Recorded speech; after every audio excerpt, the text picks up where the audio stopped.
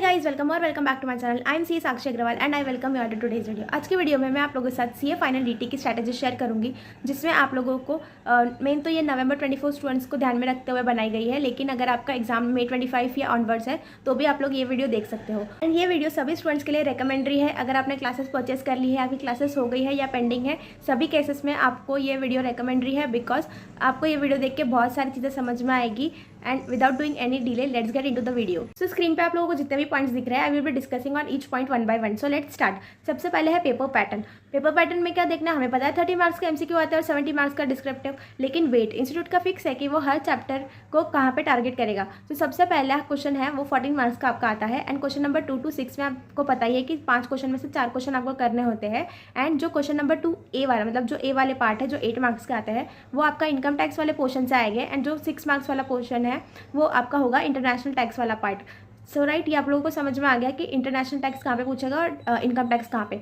अब इसके साथ साथ जो क्वेश्चन नंबर 1 होता है वो generally PGBP and capital gain से होता है, एंड ये सबको पता है। क्वेश्चन नंबर 2A जो है, वहाँ पे आप लोगों को कैपिटल गेन, बिजनेस ट्रस्ट या वेरियस एंटिटीज़ वाला टॉपिक या फिर मेट एमडी का क्वेश्चन देखने को मिल सकता है। एंड क्वेश्चन नंबर 2B जो है, वहाँ पे आप लोगों को इंटरनेशनल टैक्स में से DTAA, ट्रांसफर प्राइसिंग या फिर इक्वलाइजेशन लेवी, कोई भी टॉपिक पूछा जा सकता है। क्वेश्चन नंबर 3A जो है, जो 8 मार्क्स का है, वहाँ पे नॉर्मली चैरिटेबल ट्रस्ट का क्वेश्चन पूछा जाता है। वहाँ पे या तो आपको फुल फ्लेज क्वेश्चन दे दिया जाएगा कि चैरिटेबल ट्रस्ट का इनकम निकालो, या फिर एग्जिट ट्रस्ट का टॉपिक पूछा जाएगा, या फिर अभी थोड़े टाइम से तो institute because of the amendments वहाँ पे केस सिनारियो वाले क्वेश्चन पूछ रहा है, जहाँ पे आप लोगों को 4 केस सिनारियोज दे दिए जाएंगे 2-2 मार्क्स के। एंड आप लोगों को फिर उसके ऊपर बताना होगा इनको रजिस्ट्रेशन लेना है नहीं लेना है। सो चैरिटेबल ट्रस्ट वाले टॉपिक में सब कुछ ही इंपॉर्टेंट है, थियरी भी एंड प्रैक्टिकल सम्स भी, एंड एग्जिट टैक्स वाला जो टॉपिक है वो भी। उसके बाद क्वेश्चन नंबर 3B जो है, वो अगेन इंटरनेशनल टैक्स से पूछा जाएगा, जिसमें आप लोगों को अगर ऊपर इक्वलाइजेशन लेवी पूछ लिया तो फिर नीचे आपको एनआर टैक्सेशन पूछा जा सकता है। क्वेश्चन नंबर 4A में TDS TCS वाले टॉपिक पूछा जाता है, एंड यहाँ पे नॉर्मली अमेंडमेंट्स के ऊपर ज़्यादा फोकस होता है। 4B जो आपका 6 मार्क्स का है, वो अगेन इंटरनेशनल टैक्स से पूछा जाएगा।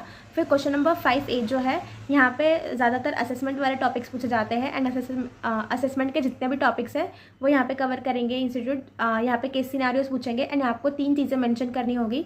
क्या इसमें इशू कौन सा इन्वॉल्व था, तो issue involve will be your first point. Second point is provision applicable, कौन सा प्रोविजन यहाँ पे एप्लीकेबल होता है। एंड थर्ड पार्ट में आप लोगों को एनालिसिस और कंक्लूजन लिखना होता है। यहाँ पे स्पेसिफिकली आपको एग्जाम में दे ही दिया जाता है क्वेश्चन में कि आपको ये 3 पॉइंट्स लिखने हैं, तो आप पहले से ही ऐसे प्रैक्टिस करके चलना कि आपको असेसमेंट वाले टॉपिक में ये 3 चीज़ें मेंशन करके चलनी है। एंड क्वेश्चन नंबर 5B जो होगा, वो अगेन इंटरनेशनल टैक्स में से पूछा जाएगा, जो आपका इक्वलाइजेशन लेवी या फिर एडवांस रूलिंग या फिर कोई थियरी टॉपिक भी पूछा जा सकता है, जैसे लास्ट टाइम थियरी पूछा हुआ था। क्वेश्चन नंबर 6 जो है, A and B, ये अगेन आपको थियरी टॉपिक्स ही हो गए। एंड यहाँ पे आपको या तो जो न्यू टॉपिक्स ऐड ऑन हुए हैं वो हो सकता है, या फिर टैक्स मैनेजमेंट, टैक्स इविजन वाला टॉपिक हो सकता है, गार वाला हो सकता है, या फिर वेब्स वाला जो आपका इंटरनेशनल टैक्स का पॉइंट है वो वाला पूछा जा सकता है। सो आई होप कि ये पेपर पैटर्न जो मैंने आप लोगों को बताया, ये आप लोगों के लिए बहुत ज़्यादा यूजफुल होगा एंड बेनिफिशियल होगा। एंड अभी आप लोग जब स्टडी करोगे तो आपको पता होगा कि ये कहाँ पे पूछा जाएगा ये टॉपिक, एंड आप उस हिसाब से अपनी प्रिपरेशन करोगे। Now let's see point number 2, classes. तो सबसे पहले तो कि आप कोई भी फैकल्टी की क्लासेस ले सकते हो, सारी फैकल्टीज अच्छा पढ़ाते हैं। इट डिपेंड्स ऑन यू कि आपको कौन सी फैकल्टी सूट कर रही है और किस फैकल्टी का आपको समझ में आ रहा है। और मैंने कौन से क्लासेस लिए थे, मैंने यश खंडेलवाल सर के क्लासेस लिए थे, जो exam oriented fast track batch होता है उनका वो। Another point is regarding free batch, and वो आपको यूट्यूब पे जाके फ्री फास्ट ट्रैक बैच आपको मिलेगा विजय सारडा सर का, जो उन्होंने मई एंड नवंबर 2024 के लिए ऑलरेडी अपलोड करके रखा है, वो आप देख सकते हो। एंड ये कोई पेड प्रमोशन नहीं है, सो आप कोई भी क्लासेस ले सकते हो जो आपको सूट करे वो। So now the main question is कि हम क्लासेस इतनी जल्दी कैसे कंप्लीट करेंगे, और मैंने भी कैसे कंप्लीट कर लिया था। सो आई एम अज्यूमिंग कि 170 आवर्स के लेक्चर्स तो आपके होते ही है। अगर 150 आवर्स अगर आपको बोला है तो आप समझ के चलना 170 आवर्स तो होंगे ही, क्योंकि इतना एक्सटेंड हो ही जाती है किसी की भी बैच, मतलब सारी फैकल्टीज़ की ऐसा हो ही जाती है एक्सटेंड। ये स्टूडेंट हो, अब ये लेक्चर, ये जो वीडियो है, ये भी इतना भगा के देख रहे हो, तो आई एम अज्यूमिंग कि आप नॉर्मली लेक्चर्स जो देखते हो वो भी आप 1 से तो ज़्यादा ही स्पीड पे देखते होंगे, 1 की स्पीड पे तो नहीं देखते हैं। अगर आप बहुत ज़्यादा स्पीड में देखते हो, जैसे 1.5 के ऊपर, तो आई विल रिकमेंड यू कि आप ना स्पीड कम कर लेना। मतलब मेरे वीडियो की करो ना करो, बट आप जो एग्ज़ाम के वीडियोस देखोगे तो उसके आप कम कर लेना, बिकॉज सिर्फ वहाँ पे क्या होगा कि आपको अभी सब समझ में आ जाएगा, बट आपको एग्ज़ाम तक वो चीज़ें रिटेन नहीं होगी, बिकॉज इतना फास्ट अगर बोला हुआ है किसी ने तो वो चीज़ हमें समझ आ जाती है लेकिन रिटेन नहीं रहती है। तो आपको अगर रिटेन करनी है चीज़ें तो आप थोड़ा कम स्पीड पे देखना, 1.5 से कम। एंड अज्यूमिंग कि 1.25 की स्पीड पे अगर आप देखते हो तो आप 8 आवर्स की टाइम में 10 आवर्स के लेक्चर्स तो आप आराम से कंप्लीट कर लोगे। तो अगर आप रोज़ 8 घंटा पढ़ाई लेक्चर्स देखोगे तो उसमें आपके 10 आवर्स के लेक्चर्स कंप्लीट हो जाएंगे। एंड साथ में आप 3-4 घंटे जितना भी उस दिन में जो भी पढ़ा हुआ है आपने उतना आप रिवाइज़ कर लेना। जो भी आपने सम सॉल्व करने हैं वो सम सॉल्व करके देख लेना। जो भी अगर थियरी पढ़ा है तो वो रिवाइज़ करके देख लेना, एक बार लिख के देख लेना। तो 3-4 आवर्स आप आराम से स्टडी कर सकते हो। सो 8 आवर्स के लेक्चर्स वो आप 3-4 आवर्स में आराम से रिवाइज़ कर लोगे। और ऐसे करके आपका 11 to 12 आवर्स का शेड्यूल बनता है रोज़ का। एंड इतना तो आपको करना ही पड़ेगा अभी, बिकॉज सी अभी अगर आप 3-4 घंटे 5 घंटे इतना करोगे तो नहीं होगा वो कंप्लीट तब तक। अभी मैं बोल रही हूँ ना तो शायद किसी स्टूडेंट को लग सकता है ऐसे कि बाप रे रोज़ का इतना 11-12 आवर्स, बट एक बार आपकी प्रैक्टिस हो जाएगी ना वो इतने घंटे रोज़ बैठ के पढ़ाई करने की, और वो आपको फिर बाद में कुछ नहीं लगेगा ज़्यादा। बट हाँ, इनिशियली आपको थोड़ा 1-2 दिन लग सकता है, बट वैसे भी सी क्लासेस के साथ में करना बहुत ज़्यादा ईजी हो जाता है, बिकॉज क्लासेस में थोड़ी मजाक मस्ती तो होती है। तो उस हिसाब से क्लासेस कंप्लीट हो जाते हैं टाइम से, एंड उसके साथ साथ पढ़ाई भी आप लोगों की टाइम टू टाइम कंप्लीट हो जाएगी। मैंने भी वैसे ही क्लासेस कंप्लीट किए थे। मैंने 10 जनवरी से स्टार्ट किया था डीटी का बैच, मतलब दोपहर तक मैंने ऑर्डर कर दिए थे। एंड फिर मैंने डीटी स्टार्ट किया था। एंड मेरा 28 तक 25 या 28 तक मेरा टारगेट था, बट वो 31 तक एक्सटेंड हो गया था बिकॉज मैंने रिकॉर्डेड बैच ली थी। एंड मुझे लगा कि ये बैच मतलब वो थोड़ी लाइव भी चल रही थी, बट वो शुरू हुई थी बैच 1 दिसंबर को। एंड मैंने क्लासेस परचेस किए थे 10 जन को। तो मुझे लगा था 15-20 जन तक तो आराम से कंप्लीट हो जाएगी, बट वो थोड़ी एक्सटेंड हो गई। एंड 31 तक हमारे लेक्चर्स चले थे, तो इसीलिए मेरा प्लान भी थोड़ा एक्सटेंड हो गया। एंड 31 तक मैंने पढ़ाई की थी डीटी की। तो 21 डेज़ आप समझ लो, बिकॉज 10th को तो मैंने ऑलरेडी दोपहर के बाद ही लेक्चर्स ऑर्डर किए थे। सो येस, ये मैंने 21 डेज़ जो दिए थे डीटी में, इसमें मैंने पूरा डीटी आराम से कंप्लीट कर लिया था। एंड आप लोगों का भी हो जाएगा अगर आप सिंसियरली करोगे तो। सो आई होप जितने भी स्टूडेंट्स बोल रहे थे क्लासेस को लेके कि क्लासेस आपने कैसे इतने कम टाइम में कंप्लीट कर ली है, तो मैंने उन सब की क्वेरी को सॉल्व कर दिया है। Another important point is regarding books. तो बुक्स आपको इंस्टीट्यूट का स्टडी मटेरियल इनफ है क्या? नहीं, आपको MTP RTP भी सॉल्व करनी होती है साथ साथ में। बट MTP RTPs में आप देखोगे कि अगर आप जैसे 2022 या फिर 2021 का अगर MTP RTP लेके सॉल्व करने बैठ गए तो वो चीज़ पॉसिबल नहीं है DT IDT में, बिकॉज उसमें इतने ज़्यादा अमेंडमेंट्स वगैरह आ जाते हैं। एंड वो एक अमेंडमेंट को ट्रेस करना इज़ वेरी डिफिकल्ट। तो उससे अच्छा आप कोई भी क्वेश्चन बैंक ले लो एंड आप वो क्वेश्चन बैंक सॉल्व कर लेना। सो ये study material is not enough. आपको स्टडी मटेरियल के साथ साथ आप कोई क्वेश्चन बैंक भी ले लो, दैट इज़ रिकमेंडरी।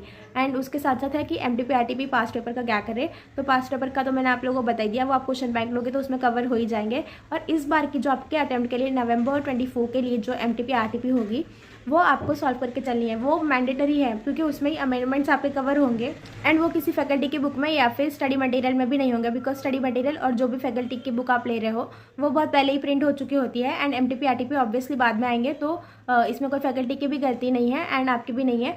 तो आपने वो चीज़ अलग से सॉल्व कर लेनी है। एंड वो बहुत ही ज़्यादा इंपॉर्टेंट रोल प्ले करेगी आपके पेपर में, बिकॉज अमेंडमेंट्स के क्वेश्चन वही है एंड वैसा ही क्वेश्चन आपके एग्जाम में आ सकता है। अमेंडमेंट एक तो सबसे ज़्यादा इंपॉर्टेंट हो जाती है DT IDT के पेपर में, जैसे 30 to 40% of the paper comes from the amendment. So make sure कि आप वो चीज़ें MTP RTP के थ्रू एकदम प्रॉपरली कर रहे हो। Another question is regarding to MCQ। तो MCQ आपने जो भी इंस्टीट्यूट के पोर्टल पे है वो तो सॉल्व करने ही करने हैं, बट उसके साथ साथ मेक श्योर करना कि आप थियरी बहुत ज़्यादा अच्छे से पढ़ रहे हो, बिकॉज न्यू टॉपिक से MCQs बनाने के चांसेस बहुत ज़्यादा होते हैं।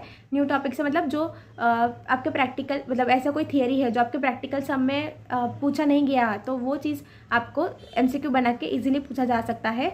1-2 मार्क्स के लिए MCQs can be easily framed and number of question हो सकते हैं उसके लिए। तो आप मेक श्योर करना कि आप थियरी बहुत ज़्यादा अच्छे से पढ़ रहे हो।